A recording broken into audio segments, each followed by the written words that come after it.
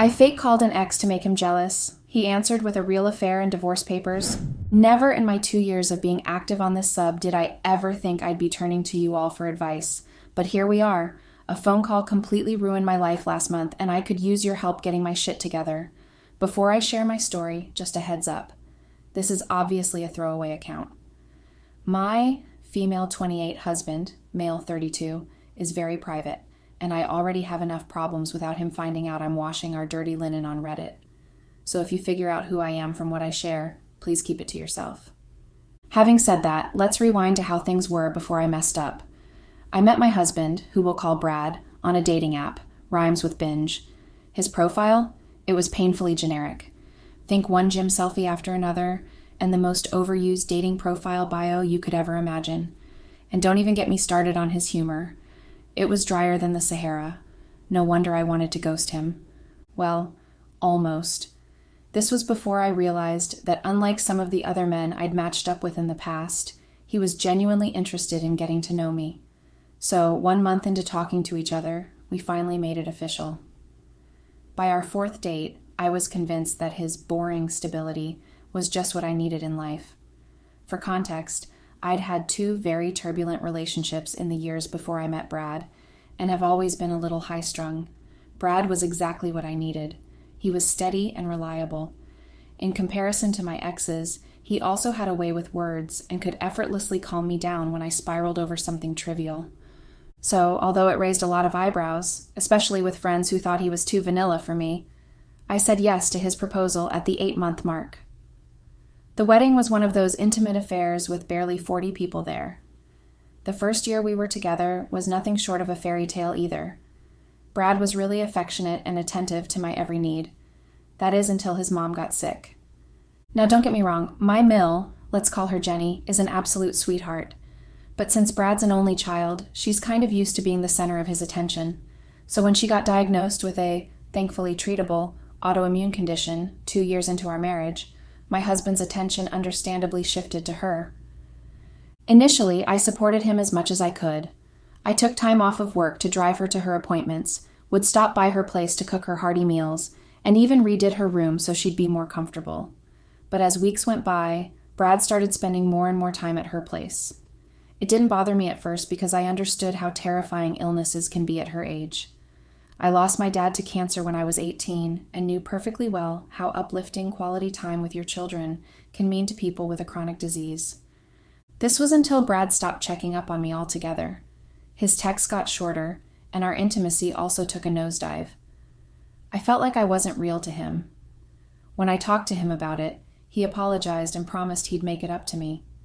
But just when things were starting to get back to normal, he canceled our first date in 2 months to take Jenny to a pottery class. I was livid, to say the least, but I didn't want to be the heartless wife complaining about his sick mother, so I bit my tongue. That's when I made my first mistake. I reached out to my ex, Rob. It started innocently enough, just venting about feeling abandoned. Rob had always been a good listener, which is partly why our breakup had been so hard on me. What began as occasional texts soon turned into daily conversations, and within a few weeks after another canceled date night with Brad, I agreed to meet Rob for coffee, just to catch up. Coffee turned into drinks, drinks turned into dinner, and dinner, well, I won't go into the details, but I crossed a line I never thought I would. The affair lasted for almost a month before I decided to confide in my friend Bella about feeling torn.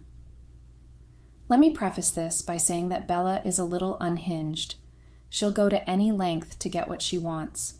So naturally, when I broke down in front of her about my infidelity and feeling neglected by Brad, she didn't suggest that I go to therapy or end things with Rob. No, her genius solution? I needed to make Brad jealous, make him think Rob was officially back in the picture so he'd fight for me. I feel so stupid now that I'm recounting this. If only I'd shot her down or resisted. But back then I was fed up with being an afterthought in my husband's life and guilty about my affair with Rob. I didn't want to spend another date night watching reality TV at his mom's house, but I also didn't want to lose my marriage. This wasn't the kind of boring I'd originally signed up for, so I caved in. I started out boldly by accidentally bringing Rob up in conversations. How much he loved me and read, how much we enjoyed Chinese takeout. that kind of thing. Brad barely reacted, so Bella told me to up the ante by taking an actual call from Rob, where I was flirting with him within earshot, hoping Brad would finally notice and care. A few nights later, when I heard him coming in, I was actually on the phone with Rob in the kitchen. We'd been texting all day, and he'd called to make plans for the weekend.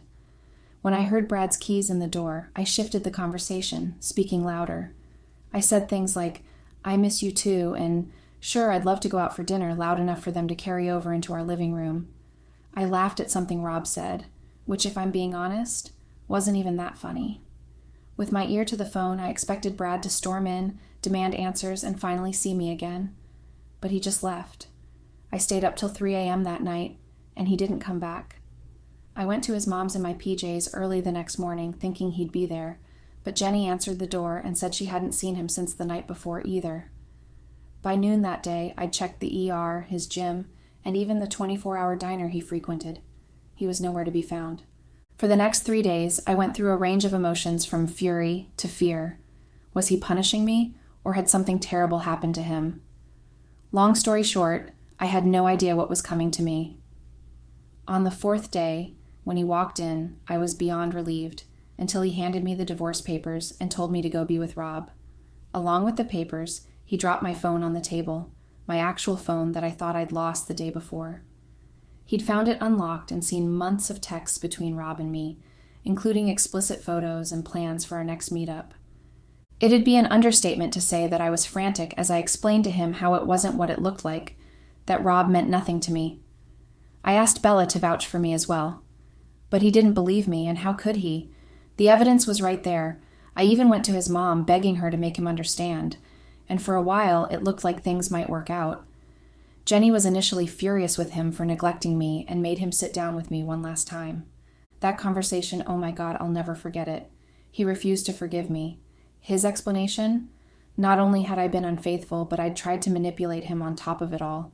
He didn't want to be with someone who'd cheat and then emotionally blackmail him to hide it. And that's how my affair and stupid plan blew up in my face. Since then, I've tried everything.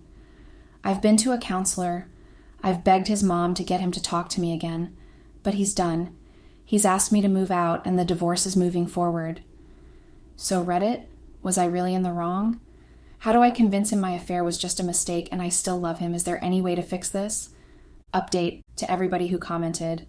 Wow, I didn't expect this to blow up.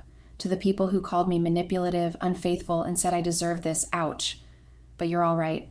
To the ones who were sympathetic, thank you. I needed that. And to the few who slid into my DMs with marriage advice and dick pics, yeah, seriously, please stop. I'm updating because some of you asked, and I think I need to get this out of my system. So here's what's happened since my marriage crumbled. Let me start by answering some of your most asked questions. No, we haven't reconciled. Yes, I am in therapy. No, I don't talk to Bella anymore. More on that later. I've cut all contact with Rob.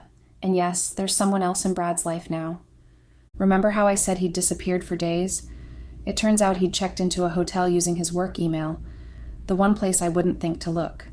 His mom told me, after he filed for divorce, that he'd spent his time at the hotel doing 3 things: making agonizing calls to his lawyer, gathering evidence from my phone about my affair with Rob, and having closure drinks with a coworker who we'll call Regina.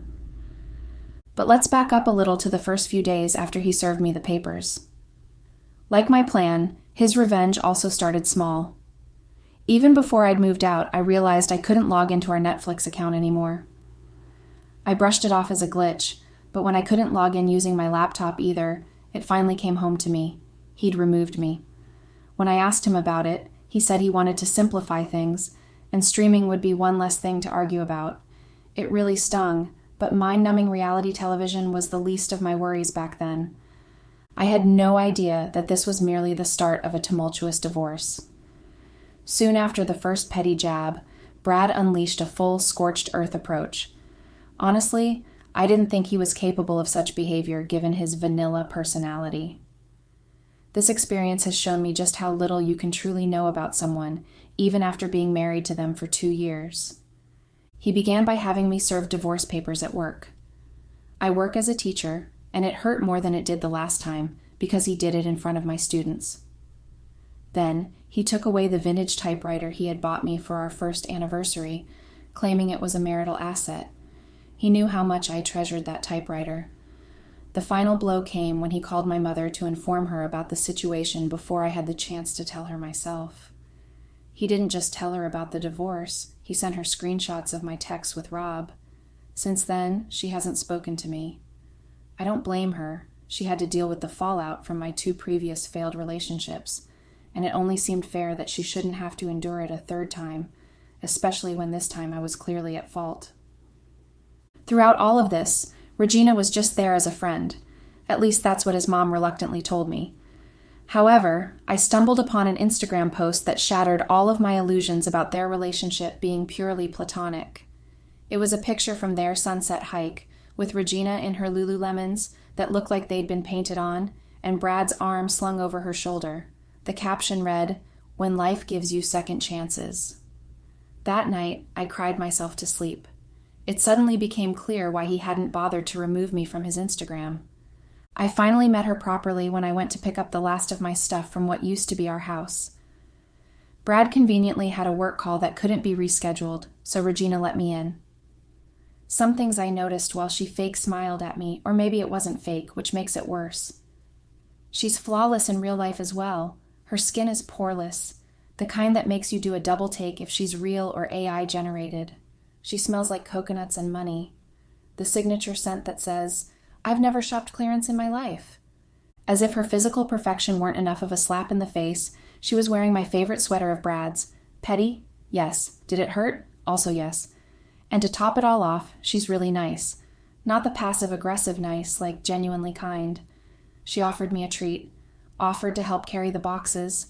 When I snapped that she'd already helped enough, she looked sad. Not the triumphant kind, not contemptuous, just sad. I almost preferred the typewriter being taken away to that look. That being said, in the aftermath of my marriage falling apart, there were a few harsh truths I had to face that I'd been avoiding. To begin with, there was the friendship casualty. Remember Bella, the mastermind behind the disastrous plan? She finally admitted that she'd suggested the fake jealousy because she'd done it to her now husband and it had worked like a charm. When I told her it wasn't just about the jealousy scheme, but that I'd been having a real affair with Rob, she looked shocked. "Wait, you were actually sleeping with him? I thought you were just texting." That's when I realized that in my mess of confessions to her, I'd never been fully clear about how far things had gone with Rob. When I confronted her about why she'd give me advice that ruined my marriage, she just shrugged and said, "Different guys, different results." Needless to say, she's not in my life anymore. The friendship that survived college, 3 moves, and a bridesmaid dress that made her look like a peach souffle couldn't survive the consequences of my infidelity and her terrible advice. The betrayal from a close friend was painful, but the fallout with my family hurt even more. My relationship with Jenny changed overnight as well. She was initially angry with Brad for neglecting me. However, after seeing the evidence of my affair, she became disgusted by my cheating and manipulative tactics. I still remember the day she called me. Her voice was filled with disappointment as she expressed that she thought I knew better. "How could you do this to him, after everything he was going through with me?" She tried to maintain our relationship for a while. She would occasionally send me texts asking how I was doing, but once Regina started accompanying Brad to Sunday dinners, that was the end of it. The transition was swift and complete. Last I heard, they were planning a girls' trip together. The woman who once told me I was the daughter she never had now sends me generic birthday texts without any emojis. I've gone from being considered family to being treated like a stranger in no time at all. And then there's my own mother. As I said, after Brad showed her the evidence of my affair, my relationship with her almost instantly disintegrated. She'd always adored Brad, thought he was the stable influence I needed after my string of chaotic relationships. So the morning after he sent her those screenshots, she left me a voicemail I still can't bring myself to delete. Her voice cracked as she told me that she thought she'd done a good job of raising me. How could you betray someone who loved you that much, and then try to make him the villain? It's been a few months since then, and we've only spoken thrice. Once for my birthday, once when she needed my cousin's address, and once for a wedding invitation. It's like I'm gone from her life. the woman who taught me everything about love and honesty, now can't even bear to acknowledge what I've become. With friends and family lost and Rob completely cut out of my life, he ghosted me as soon as Brad confronted him. I've had nothing but time to examine my own role in this disaster. My therapist's insights have been both brutal and necessary. She says I conflated being needed with being loved and used sex as a way to feel validated when that need wasn't met. She explained it during our third session while I sat clutching a box of tissues, having just recounted the Regina sweater incident. Brad needed his mom, I needed him to need me, so I turned to Rob for validation. Regina just loves him. It's a simple equation that took me losing everything to understand. I keep replaying everything. The dating app match I almost ghosted, the stability I thought was boring, the affair I had when things got tough, the games I played to feel important. The realization is both devastating and freeing. I didn't know how to simply exist in a healthy relationship. All roads led here to me alone, writing to strangers on the internet about my self-inflicted wounds, hoping that by documenting my mistakes, I might finally learn from them. That being said, I'm honestly so thankful for all the Redditors who've taken time to respond, even the ones who've been harsh, and I'm really exhausted from reliving everything. I think I need to step away for a while, but I promise I will be back with one final update when I have the energy. This community has been more supportive than I deserve, and I owe you that closure. Final update. It's been 6 months since my last post. Thank you to everyone who reached out with support or tough love. Both were needed more than you know. During this time, I've had the chance to reflect on so much. Life has thrown its fair share of challenges my way, but I've learned to navigate through them with a new perspective. I've realized the importance of community and the strength that comes from sharing experiences. You've reminded me that it's okay to lean on others when things get tough. I'm excited to reconnect and share more of my journey with all of you. Here's to new beginnings and the lessons learned along the way. I've spent a lot of time thinking about how to write this. Should I make myself sound better? Paint a picture of a woman rising from the ashes? Part of healing is honesty. So here's the truth. I'm not doing well. The divorce was finalized 3 months ago. Brad didn't attend the final hearing. His lawyer said he was traveling for work, but Instagram told a different story. Unlike Netflix, he never blocked me there. He and Regina were at a beachside resort, her diamond ring catching the sunset in the photo he posted. 8 months. That's how long it took him to go from my husband to someone else's fiancé. I moved into a studio apartment across town, all I could afford after the financial devastation of the divorce. The judge wasn't sympathetic after seeing evidence of my affair. My neighbor's alarm goes off at 5:30 a.m.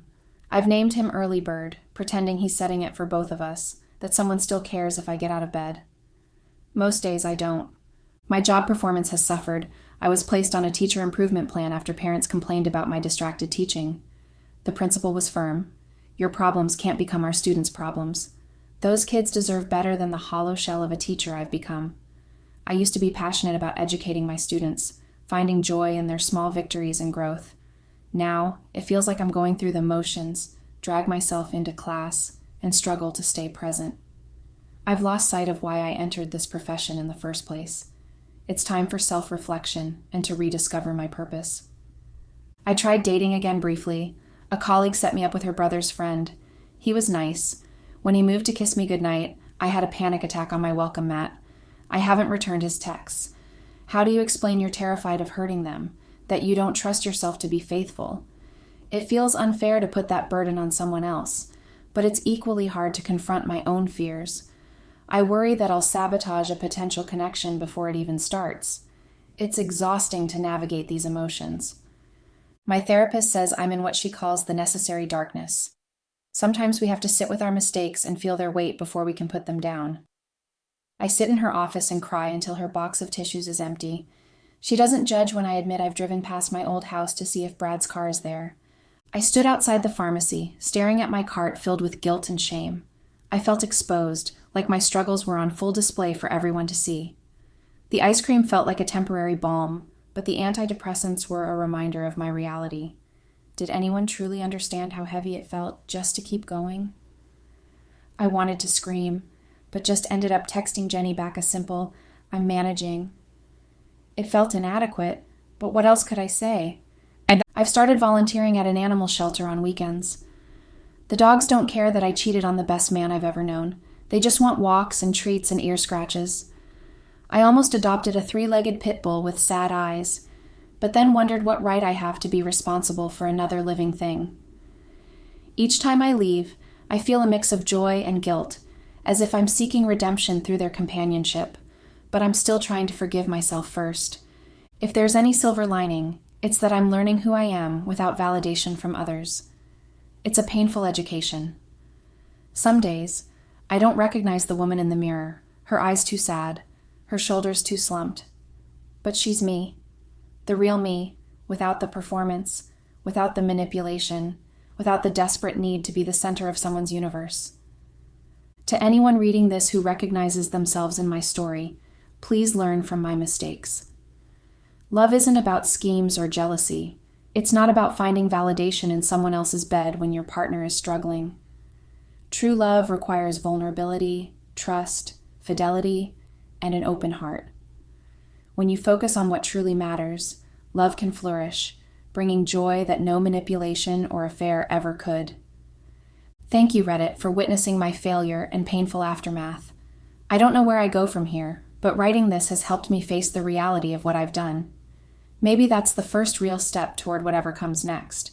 It's daunting to confront the mess I've created, but I realize I have to take accountability. I want to learn from this experience and hopefully grow stronger. There's a part of me that believes this could lead to a fresh start. I know it won't be easy, but I'm determined to rebuild my life, one small step at a time.